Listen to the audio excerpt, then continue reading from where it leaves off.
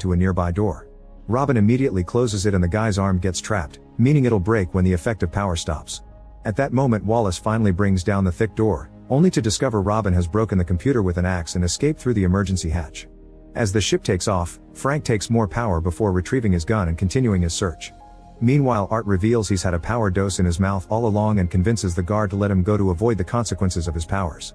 At that moment both Wallace and Frank find him, so Wallace punches Frank before turning to Art. Frank passes his gun to Art, who shoots Wallace twice, easily killing him. Back to Robin, she searches the lab area and hears a guard coming, so she hides and waits for the right moment to knock him out from behind. Then she takes his keycard and finally gets access to the lab rooms, where she finds Tracy and notices the scars on her body from the experiments. At first Tracy is wary, but she immediately becomes happy when she hears her dad is there. Suddenly Gardner comes looking for Tracy too, but the girls manage to hide under a hatch just in time. Then they run off and on their way out, a random plant becomes healthy again when Tracy touches it. Soon they make it to the deck and reunite with Frank and Art, who finally hugs his daughter again.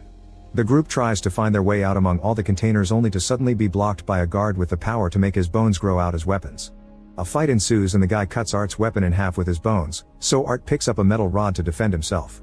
Frank tries to take the girls to the lifeboat and uses his body as a shield against the incoming bullets, but Robin sees Art in danger and goes back to help him. She frees a hook to knock out the guard, then Art kills him by stabbing him with his own bones.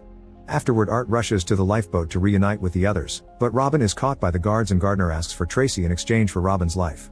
Art comes out and takes power, gaining the ability of a pistol shrimp.